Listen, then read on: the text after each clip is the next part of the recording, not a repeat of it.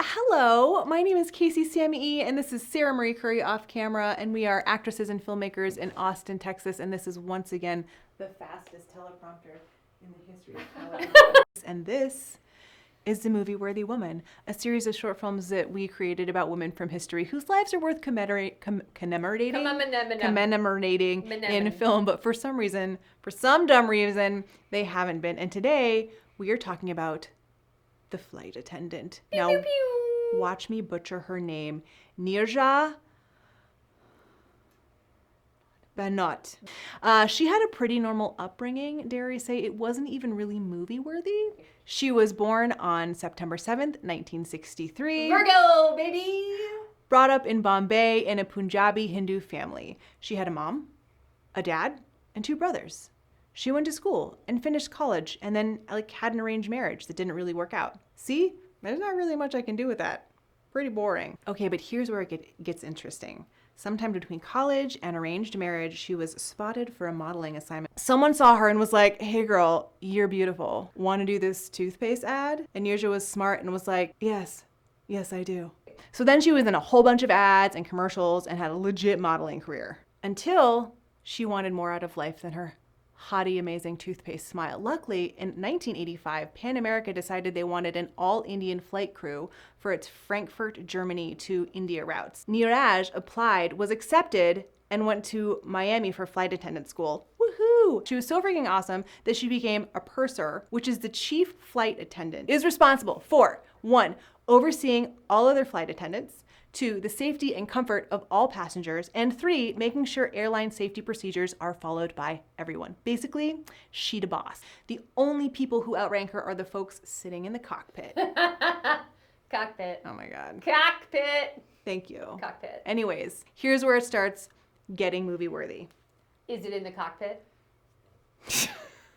In 1986, at the age of 23, she was a senior flight attendant and purser on Pan Am Flight 73, flying from Mumbai to the United States. Wait, I'm sorry. She was a senior officer at 23. Yeah. And she was hot. That's badass. I know. Okay, so the flight had 380 passengers and 13 crew were on board.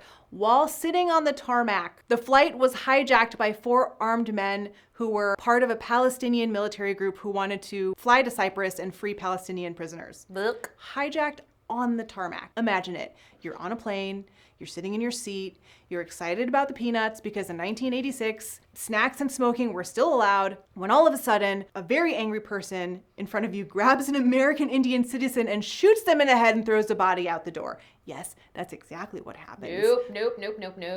Neeraj was able to inform the cockpit of the hijacking as soon as it started, and you know what those 3 cockpit member guys did in that crew? What did those cocks do? What did those cocks do to ensure the safety of the crew? They proceeded to flee the situation through an overhead hatch in the cockpit. That's what those cocks did. Yeah. Those cocks. They were the most senior crew on board, and when they ran away from their plane and the 380 passengers and the 10 other crew members, that made Neeraj the most beautiful and senior officer on board. I know somebody on the internet is so mad at me for slaying her name every single time I say it. That's okay. They can comment and subscribe. So now, the flight is hijacked by angry dudes with guns. The pilots are gone, so the plane isn't going to fly. No one is going to the US, much less Cyprus, but the hijackers have no takebacks as they already murdered someone. So they're in it. They have doubled down. They are targeting American citizens. So they demand that Neeraj gather up the passengers' passports to identify and murder the Americans who are on the flight. And they're going to do this until all their demands are met. Who knows what their demands are? We don't know what their demands are. So she and the rest of her crew, under her charge, hid the passports of the 43 American passengers instead. Because she's an Indian angel. Shut the fuck up. That's so badass. Can you imagine communicating that in this situation to your crew? It's terrifying. I imagine it's a lot of finger choo-choo train, eyes and tugging on ears. Yeah. Anyways, then guess what happens? They sat on the tarmac for 17 hours I have no doubt that they ran out of those peanuts. I'm sure that was the longest 17 hours of all of their lives. Were they waiting for a pilot? Were they playing Simon Says Don't Move or I'm Going to Die? I don't know. But at hour 17, someone didn't do what Simon said because the hijackers opened fire and started setting off explosives because they apparently had them on them as well. They ran out of peanuts and they got real mad. Yeah, they ran out of peanuts and got real mad. So as soon as chaos starts, Neeraj took this opportunity to open one of the plane doors, and she could have very easily been one of the first people out of this door. But you know what she did? She helped guide passengers to the exit. During the rain of bullets, when she was trying to get unaccompanied children off the plane, one of the hijackers saw what she was doing, grabbed her by the ponytail. Take it back, floppy mouth. This way? Yeah, that's perfect. Thank you. One of the hijackers saw her doing this, grabbed her by the ponytail, and shot her point blank in the head. I know it's a very sad ending to this story, but because of her, out of 44 American passengers, only 2 were killed. The hijackers were sentenced to death, and then a little later, of course, it was changed to life in prison. Fuck them, fuck that. After her death, she received like tons of awards from all of the countries for all of her bravery and everything that she had done to keep everybody on that flight safe. I know we like to joke around and be glib, but that is badass. Yeah, she's pretty badass. The fact that the 3 people in charge ran away. Like fucking cocks. Like fucking cocks. And she stayed and helped unaccompanied children is incredible. Yeah. Anyways, yeah, there's no real happy ending here. And turns out I should not be doing a video about her because there's already a film about her. It was released in 2016 and it is called Neeraj. And it looks really beautiful.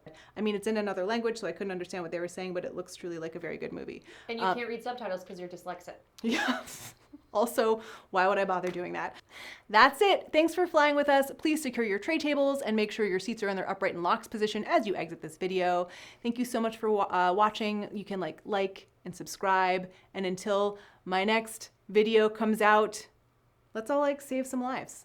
Or something. Oh my gosh, and if you know of another person we should talk about. Oh yeah, if you know another lady who's worthy of being a movie-worthy woman, whether she's a heroine or villainess, please put her name in the comments below so that we can honor her. Please put her name in our cockpit so that we can honor her with a video. How many times can I put cockpit? Not enough. There's never enough. Was that too sloppy? Was it okay? I loved it.